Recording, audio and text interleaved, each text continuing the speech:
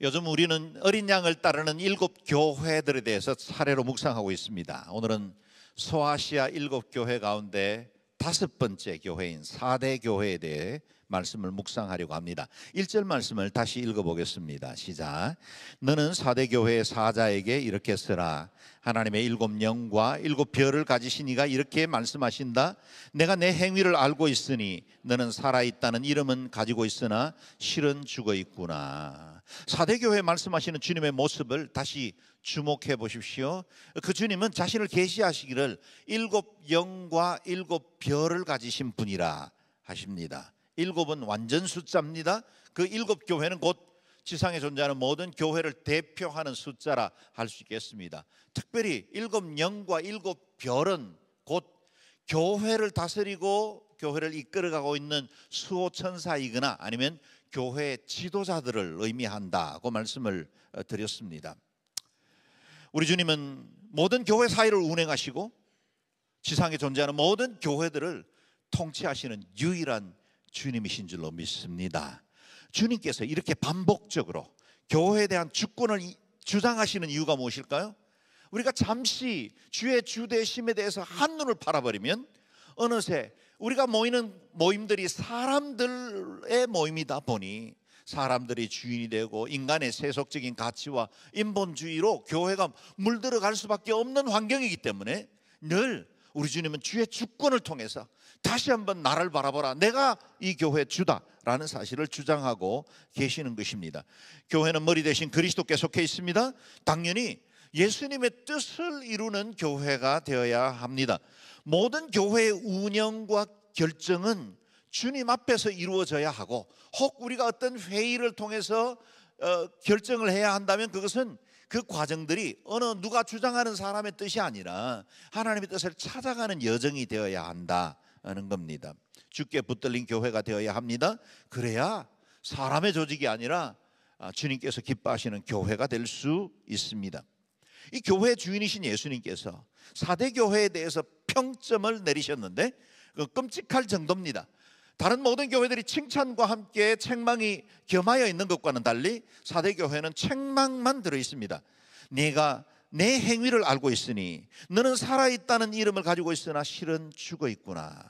살아있는 것처럼 보이기는 하지만 죽어 있는 것과 같다는 겁니다.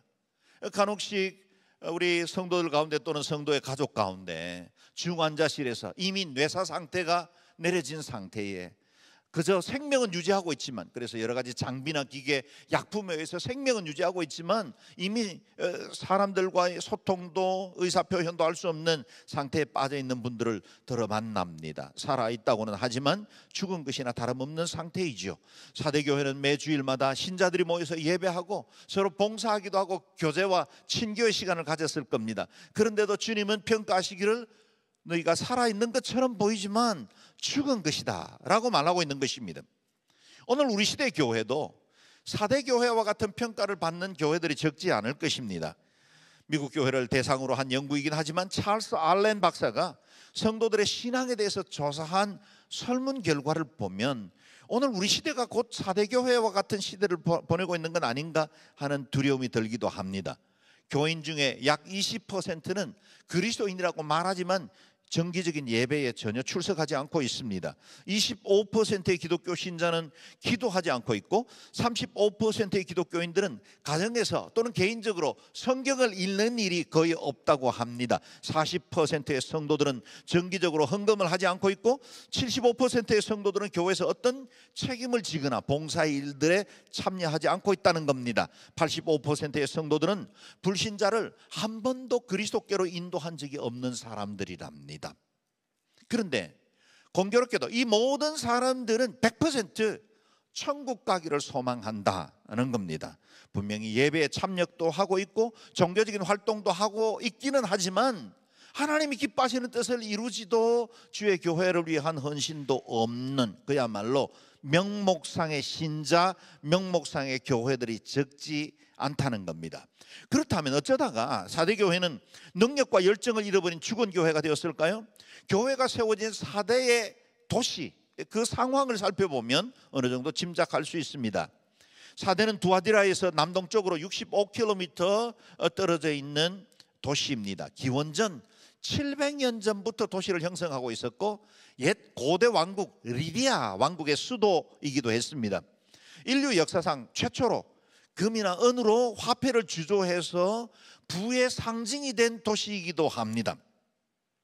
역사가 헤로도투스는 78개의 돌기둥으로 이루어진 거대한 아르테미스 신전을 중심으로 이 도시에는 연회와 오락, 축제가 끊임이 없었다라고 기록하고 있습니다. 한마디로 부유한 도시였습니다. 그리고 사대는 도시 전체가 거대한 요새처럼 산으로 둘러싸여 있었기 때문에 어떤 외적으로부터 침략을 받지 않았다는 겁니다. 그야말로 부요했고 풍성했고 안전했습니다.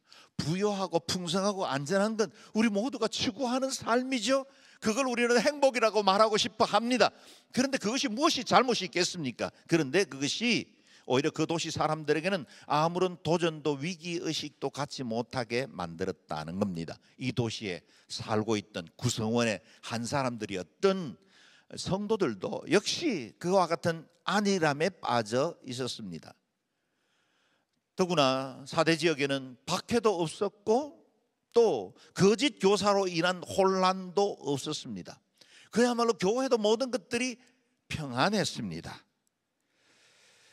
그러다 보니 성도들의 마음속에 살아계신 하나님을 붙들기보다는 인위적이고 자의적인 자신들의 모임 그리고 자신들의 즐거움을 추구하는 모임들로 서서히 변질되고 있었다는 겁니다. 세상을 변화시켜야 할 교회가 오히려 세상의 환경에 적당히 타협하고 있었습니다. 세상의 권력과 재물이 그들을 안전하고 행복해지게 하기는 했지만 그러나 결코 그것이 진정으로 하나님 앞에 온전한 신앙으로 이끌지는 못했다는 겁니다.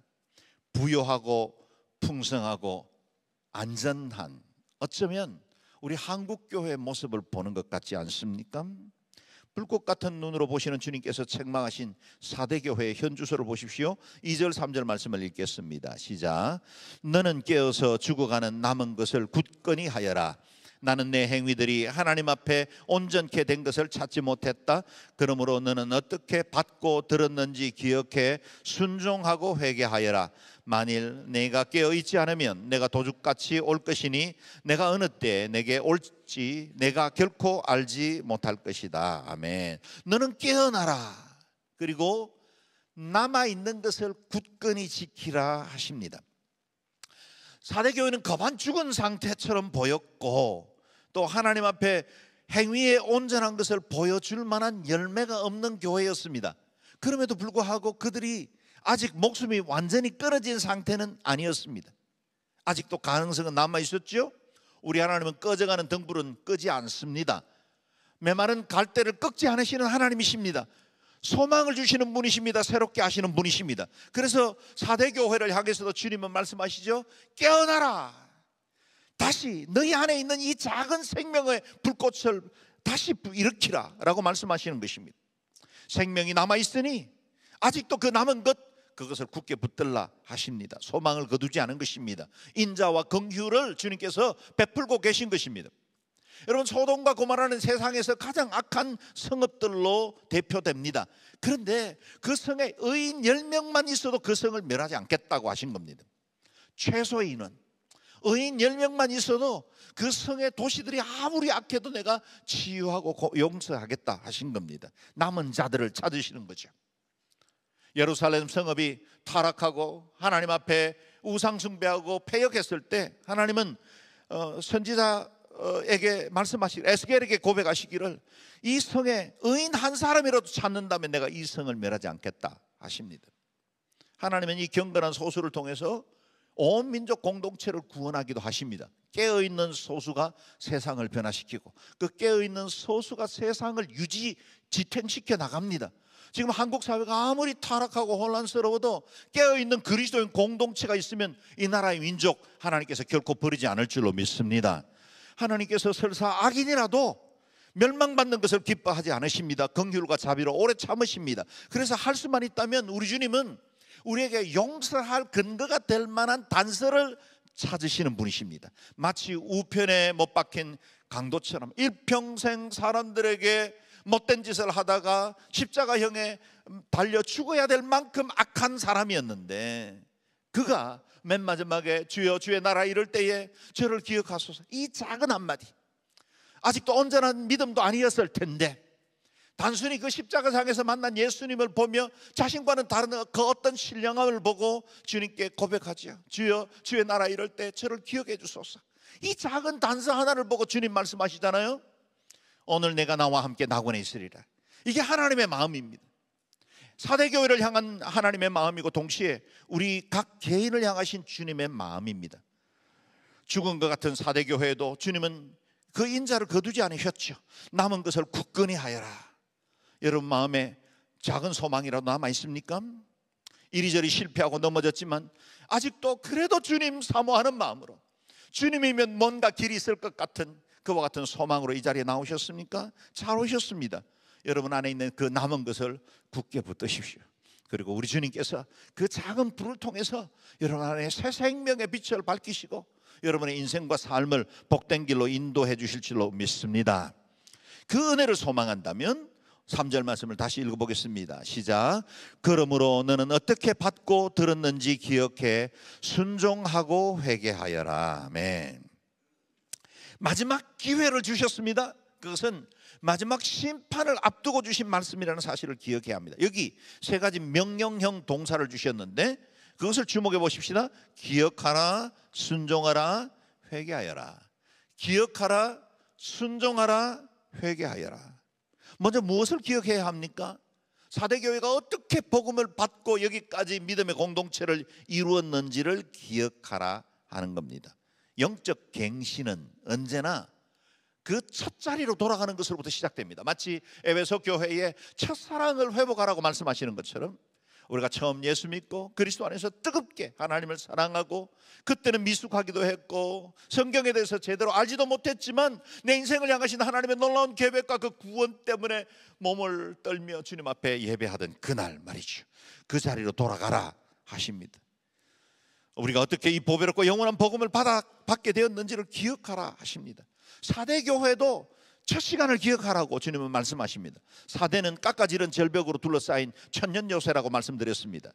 고레스가 페르시아 대군을 이끌고 이 리디아 왕국을 치러 들어올 때도 난공불락의 성읍처럼 쉽게 성을 정복할 수가 없었습니다. 그런데 그 성 한켠에 성 남쪽은 400m 정도 높이의 절벽으로 가로막혀 있었고 그곳을 뛰어넘어서 성을 정복한다는 건 불가능한 것처럼 보였습니다. 그런데 그곳에 어떤 병사가 자신의 철모를 떨어뜨렸고 그것을 주우려고 절벽 사이에 있는 그 비밀한 통로를 통해서 나와서 그 철모를 주워서 되돌아가는 것을 본 페르시아 군대가 밤을 이용해서 소수의 정예 부대들이 그 틈을 이용해서 성 안으로 들어갔고 그 성을 정복하게 되었다는 겁니다. 사대성이 망하던 바로 그 밤까지 리디아 군대는 안일하게 잠이 들어 있었습니다. 작은 틈이 성의 멸망을 불러들인 것입니다. 이와 같은 역사적 아픔을 알고 있는 사대 성도들에게 주님은 도전하십니다. 틈을 주지 말아라. 깨어 있어야 한다. 새로워져야 한다. 회개하고 돌이켜야 한다 라고 말씀하신 것입니다. 여러분 우리 한국교회를 돌아보지요. 불과 140년 전에 한국은 미전도 종족 중에서도 최전방 선교 지역이었습니다. 예수 믿는 사람이 전혀 존재하지 않는 그런 나라였어요. 쇄국 양위 정책으로 외국인들이 접근할 수도 없었고 복음이 상륙할 수도 없는 환경이었습니다. 믿는 사람들, 소수의 사람들은 두려움에 떨면서 복음을 지켜야만 했던 그 박해와 순교의 시대였죠. 그 복음과 함께 한국 사회는 개화되었고 수많은 학교와 병원이 세워졌습니다. 술과 도박과 중첩이 사라졌고 그리고 아이와 여성들의 인권이 보장되기 시작했습니다. 그렇게 가난과 무지로 흑암에 둘러싸였던 이 땅 조선에, 이 땅 인천을 통해서 복음이 들어왔고 온 나라에 생명의 소식이 전파되게 된 것입니다. 이와 같은 부흥, 우리가 누리고 있는 이 엄청난 한국교회의 축복을 지금 현 상태를 보지 않고 우리가 처음 어떻게 복음을 받고 우리가 어떻게 이 거듭난 복된 백성이 되었는지를 돌아보라는 겁니다. 돌아보고 기억하라 하십니다. 조금 성장했다고 해서, 한국교회가 이만큼 성장하고 가졌다고 해서 결코 안일해서는 안 되는 이유입니다. 이 복음이 어떻게 전해졌는지, 얼마나 많은 순교의 피가 흘려진 이후에야 여기까지 우리에게 생명의 복음이 전해왔는지를 기억하고 첫 번째 복음으로 돌아가야 합니다. 신학자 벤스 하버는 하나의 조직은 3M 절차를 거치면서 퇴보한다고 말했습니다. 무브먼트로, 머신으로, 그리고 마뉴먼트로. 처음에는 어떤 조직이든지 무브먼트로 시작됩니다. 어느 누군가가 깃발을 들고 노래를 부르기 시작하면 사람들이 모여듭니다. 그리고 뜻을 같이 하는 사람들에 의해서 운동력이 되기 시작합니다. 그런데 시간이 지나고 그 조직이 탄탄해지게 되면 그때부터는 이 조직을 관리하고 운영하기 위한 단계로 바뀌게 되죠. 규칙과 시스템을 강화하게 되고, 그리고 그 조직을 강화하는 여러 가지 사람들 그리고 조직을 세웁니다. 그때부터 점차 운동력이 약화되기 시작합니다. 그것들이 반복되고 세월이 흘러가다 보면 마뉴먼트로 남게 되죠. 과거에 하루했던 경력과 전통을 자랑하며 그것에 기대해서 명맥만 유지하는 단계로 가버립니다. 하나의 지역교회도 비슷한 절차를 거치기가 쉽습니다. 처음에는 순수한 열정과 비전의 깃발 아래 모여들어 무브먼트가 됩니다. 이곳에 세워진 영종 온누리교회는 새로운 예배 그리고 사도행전적 바로 그 교회를 추구하는 교회로서의 무브먼트가 되었죠. 그래서 많은 성도들을 보내주셨고 이렇게 아름다운 교회가 되었습니다. 그리고 저마다 섬기고 싶어하고 충성하고 싶어하고 이 모양 저 모양으로 많은 성도들이 봉사와의 일에 참여하고 있습니다. 무브먼트입니다. 아직은 너무나 신나고 즐거운 시간이죠. 그러나 어느 날 이 조직들이 점차 세분화되기 시작하고 그 조직을 강화하기 시작하다 보면 이게 머신으로 돌아가기가 쉬워요. 우리 온누리교는 40년이 되었습니다. 지난 40년 서병고에서 그 뜨겁고 열정적인 경배와 찬양운동과 함께 선교운동들이 일으켜지던 교회이죠. 일반적으로 한 30년 주기에 의해서 교회들은 퇴보하기 시작한다고 합니다. 어쩌면 우리 온누리교회도 위기를 맞은 것입니다. 시기적으로는 이제 점차 장년화되고 노년화될 수밖에 없는 시기를 맞이하기도 했습니다. 그래서 우리가 돌아보아야 합니다. 온누리교회가 처음 가졌던 그 사도행전적인 바로 그 교회의 꿈, 더 처치의 꿈은 아직도 살아있는 것인가? 지금도 성도들 한 사람 한 사람 안에 이 뜨거운 열정들이 여전히 우리를 무브먼트로 움직이고 있는가를 돌아보아야 합니다. 어느 날 점차로 머신 같은 교회 그리고 박물관 같은 마뉴먼트가 되지 않도록 우리 자신을 쳐서 복종시키고 넓게 의뢰하고 다시 회개하고 다시 그리스도의 사랑으로 돌아가야 합니다. 현대 튀르키예 사르디스 시를 방문하면 지금은 폐허가 되어 있는 사대교회 잔해를 볼 수 있습니다. 이 어마어마한 규모의 아데미 신전 바로 앞에 옛 비잔틴 시대에 지었던 교회가 자리하고 있습니다. 여러분 그 규모를 보십시오. 저 뒤에 세워진 아데미 신전의 그 거대한 열주들과 그 앞에 세워진 작은 교회를 보면 마치 이 거대한 세상의 흐름 앞에 서 있는 작은 우리들의 모습을 보는 것 같기도 합니다.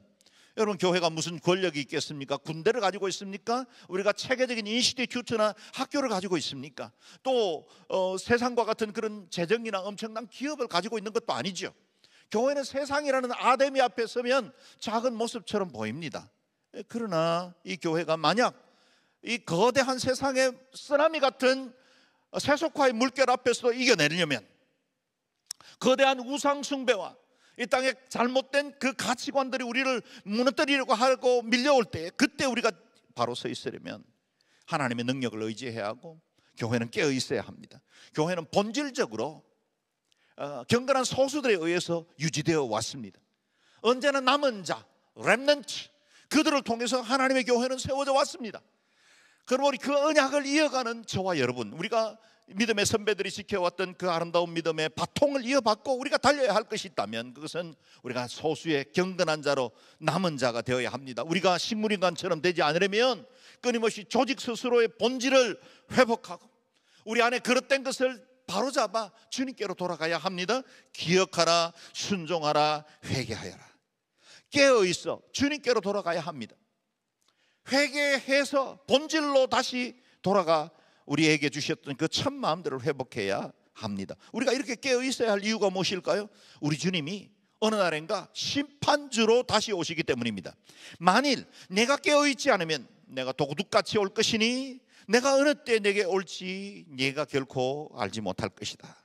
주님은 언제 오실지 아무도 알지 못합니다. 도적과 같이 오신다 하셨습니다. 그리고 그 주님은 지금도 우리에게 언제든지 이 세상 한가운데 역사의 문을 열고 우리를 찾아오실 수 있습니다. 내 영혼이 죽은 상태로 있을 때 주님 맞이하면 안 되겠지요. 등은 준비했지만 기름을 준비하지 못했던 어리석은 5 처녀처럼 성문 밖에서 슬피 울며 이를 가는 일들이 있어서는 안 되겠죠. 슬기로운 처녀처럼 성령의 기름을 준비하고 주님 앞에 늘 깨어 있어야 되겠죠.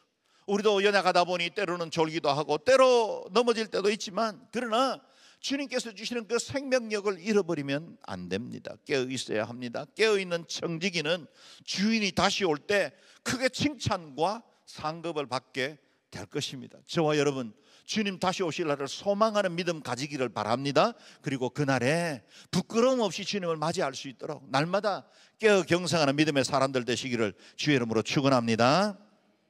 아멘. 이와 같은 사대교회에 칭찬과 상급을 받을 경건한 소수들이 있었다 합니다. 4절에서 6절 말씀 읽겠습니다. 시작. 그러나 사대에 옷을 더럽히지 않은 몇몇 사람들이 있다. 그들은 흰옷을 입고 나와 함께 다닐 것이니 그들이 그럴 만한 자격이 있기 때문이다. 이기는 사람은 그들처럼 흰옷을 입을 것이다. 나는 결코 그의 이름을 생명책에서 지워버리지 않을 것이며 내 아버지 앞과 그의 천사들 앞에서 그의 이름을 시인할 것이다. 귀 있는 사람은 성령이 교회들에게 하시는 말씀을 들으라. 아멘. 버가모 교회에 남아있는 자들이 있었던 것처럼 사대교회도 옷을 더럽히지 않는 몇몇 남은 사람들이 있었습니다. 그 소수 때문에 사대교회가 아직 생명을 유지할 수 있었던 겁니다. 그들이 입고 있었던 옷을 보십시오. 흰 옷이라 그랬어요. 여러분, 우리가 지금 옷을 입고 있지만 이건 추위에서 피하기 위해서 실용적으로 입는 옷으로 그치지 않죠. 기능적인 것뿐만 아니라 의복은 내 개인의 취향을 드러내기도 하고 또 신념을 나타내기도 합니다. 감정이나 신분 그리고 지위를 드러내기도 하죠. 옷을 더럽히지 않았다는 말은 세속문화의 성도들의 신분을 더럽히지 않았다는 의미입니다. 거룩한 삶을 살아가기로 결정했던 겁니다. 그래서 그들은 흰 옷을 입은 자라 주님께로 평가를 받게 된 겁니다. 이 거룩한 삶을 살아가는 성도들이 사대교회의 산소호흡기 같은 역할을 하고 있었습니다. 생명줄이었습니다. 여러분, 경건한 소수가 언제나 교회의 희망이 될 겁니다. 그리고 깨어있는 교회들을 통해서 이 나라의 민족이 회복되고 살아나게 될 겁니다. 저와 여러분이 세상의 생명줄 역할을 감당할 수 있게 되기를 바랍니다. 주님은 말씀하십니다. 이기는 사람은 그들처럼 흰옷을 입을 것이다. 그 옷을 더럽히지 않은 사람들은 흰옷을 입고 주님과 함께 다닐 것이라 하십니다. 흰옷을 입고. 요한계시록 7장에 보면 주님의 그 보좌와 그 곁에 서신 어린 양을 찬양하는 마지막 14만 4천과 허다한 무리에 관한 환상들이 기록되어 있죠. 거기 보면 공통적으로 그 앞에 주를 찬양하는 사람들은 다 흰옷을 입고 있습니다. 그 흰옷 입은 사람들이 누굴까요? 그들은 큰 환난으로부터 나오는 사람들인데 그들은 어린 양의 피로 그들의 옷을 씻어 희게 하였습니다. 어린 양의 피로 씻김받은 옷을 입은 사람들이다는 겁니다. 그들이 아무런 실수나 잘못도 없었던 사람, 완벽한 인간이었기 때문이 아니라 넘어지기도 하고 실패하기도 했는데 어린 양의 피로 그 옷을 씻어 정결함을 얻게 된 사람들이다는 겁니다. 그렇습니다. 주의 보혈 능력이 있습니다. 그 피로 정결함을 얻습니다. 어떤 죄, 어떤 부끄러운 기억들도 그 피로 정결함을 얻을 수 있습니다. 그들은 예수 그리스도의 보혈로 씻김을 받았습니다. 그리고 경건한 왕따가 되기로 결정한 사람들이 되었습니다. 여러분, 왕따라는 말이 무슨 뜻입니까? 왕을 따르는 사람들이에요. 저와 여러분의 어린 양 대신 예수 그리스도 만왕의 왕이신 그분을 따르기로 결정한 사람들입니다. 그러므로 이 세상의 엄례를 따르지 않기로 결정했을 때 세상 사람들에게 왕따를 당하더라도 두려워하지 마십시오. 우리는 왕을 따르는 사람들이 된 줄로 믿습니다. 이 거룩한 왕따들을 위해서 하나님이 약속하신 것이 무엇일까요? 나는 결코 그의 이름을 생명책에서 지워버리지 않을 것이며 내 아버지 앞과 그의 천사들 앞에서 그의 이름을 시인할 것이다. 할렐루야. 여러분의 이름이 생명책에 있기를 바랍니다. 하나님 아버지와 천사들 앞에 그 이름이 영광을 받고 하나님께서 자랑하실 만한 복된 이름이 되기를 바랍니다. 지금 여러분은 무슨 옷을 입고 계십니까? 여러분이 입고 있는 복장을 묻는 것이 아닙니다. 성도의 옷, 거룩하고 흰 옷을 입고 계십니까? 아니면 세속에 적당히 더럽혀진 채로 오물 묻어 있는 옷을 입고 있습니까? 하나님께서 저와 여러분을 보실 때 우리의 외면적인 옷이 아니라 우리의 내면 안에 있는 진정한 흰 옷, 단장된 거룩한 옷을 주님 앞에 보여줄 수 있어야 합니다. 우리 주님은 소수에 깨어있는 사람들을 찾으십니다. 다 신실하기야 하겠습니까? 모든 교회가 다 온전하기야 하겠습니까? 그러나 하나님의 거룩을 만족해 할 소수의 사람들, 구약시대는 나시린을 통해서 하나님은 그 거룩을 만족시키셨고 남은 자들을 통해서 바알에게 무릎 꿇지 않는 7천을 통해서 하나님은 그의 뜻을 이루어 가십니다. 저와 여러분이 우리가 구성하고 있는 이 온누리교회가 이 시대에 남은 자들이 되기를 바라고 흰옷을 입은 거룩한 공동체, 경건한 소수가 되기를 주의 이름으로 축원합니다. 사도 바울은 거대한 세속의 파도 앞에 살아가는 우리에게 이렇게 말씀하십니다. 같이 읽어봅니다. 시작. 여러분이 이 시기를 알고 있는 것처럼 벌써 잠에서 깨어야 할 때가 됐습니다. 이제 우리의 구원이 처음 믿을 때보다 가까이 왔기 때문입니다. 밤이 깊고 낮이 가까이 왔습니다. 그러므로 어둠의 일을 벗어버리고 빛의 갑옷을 입읍시다. 아멘. 낮이 가까이 왔습니다. 주님의 재림의 날, 그 영광의 빛으로 다시 오실 그날이 가까이 오고 있다는 뜻입니다. 그러므로 우리 안에 더러워진 것, 어둠에 적당히 섞여 있어서 편하지 않았던 우리의 모든 허물들과 연약함들 하나님 앞에 고백하고 다시 거룩한 흰옷으로 어린 양의 피로 정결하게 되어 다시 오실 예수님을 맞이할 뿐만 아니라 이 세상을 치유하는 경건한 소수가 되시기를 주의 이름으로 축원합니다. 아멘. 기도하겠습니다.